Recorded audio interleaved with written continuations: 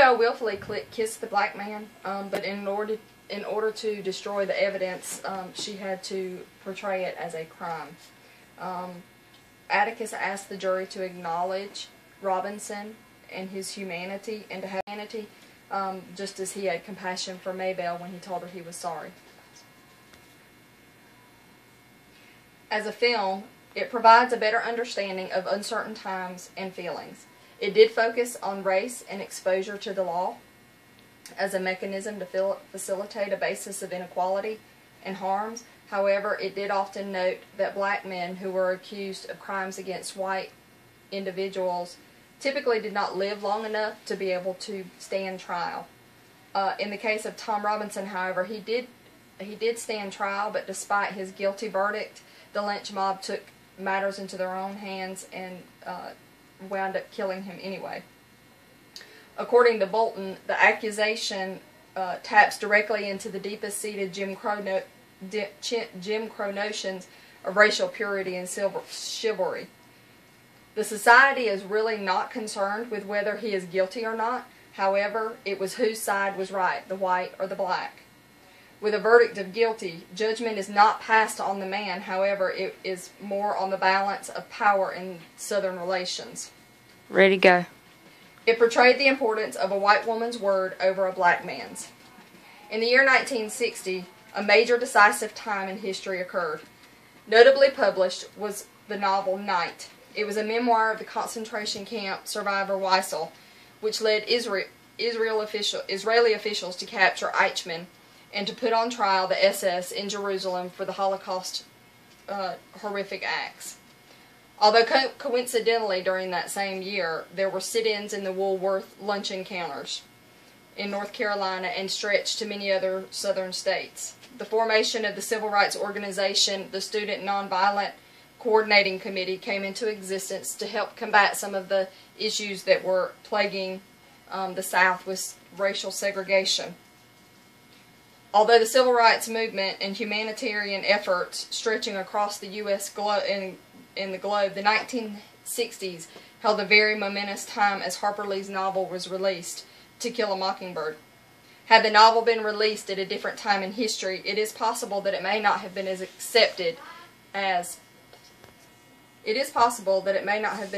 as well by the academic community. It is not unusual to find out that with all these other acts going on in history, that the novel itself was put into film within 2 years of being published. While Lee flatly declined the idea that her novel was a form of activism, it did portray in both writing and in film as a picture of racial injustices.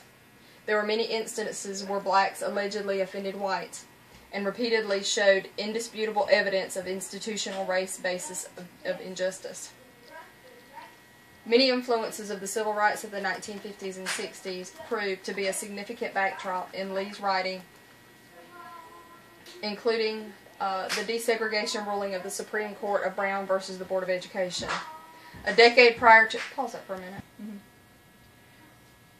With rising racial and political arena of the 1950s, it was not surprising that the novel was brought to film so quickly. The theme and content spoke to whites and blacks, as well as social classes and education among the blacks. It did provide some hope and reassurance, but more importantly, recognition of suffering and injustices of the black Americans. The scene that stands out to many viewers includes a calm reassurance in the face of opposition. Atticus sitting on the town hall steps in the face of danger evoked by the lynch mob. Viewers relate his stance to that of Abraham Lincoln at the memorial, a statue of calm and reason in the face of a nation with racial injustices flowing rampant throughout its fabric. While not intended to be racially motivated, Harper Lee's novel did interpret the racial injustices throughout America as it was portrayed. Within a few years of writing, Lee chose Horton to develop the screenplay for adaptation to film. Its production could not have come at a more appropriate time in history, as the civil rights movement was rapidly escalating. Emotions and connection to the film soar it to success, both literally and cinematography. Nichol classified the To Kill a Mockingbird among contemporary race message films allowing liberals to use the film as a powerful instrument in reforming society through the use of socially conscious films mixing propaganda and popcorn. Although mainly targeting white Americans, producers felt by appealing to the conscience of Americans, a much-needed change would manifest a divided America. The use of film to appeal to emotion for right and wrong has been used for many decades and powerfully used at a violent time in history, the Civil Rights Movement. Thank you very much.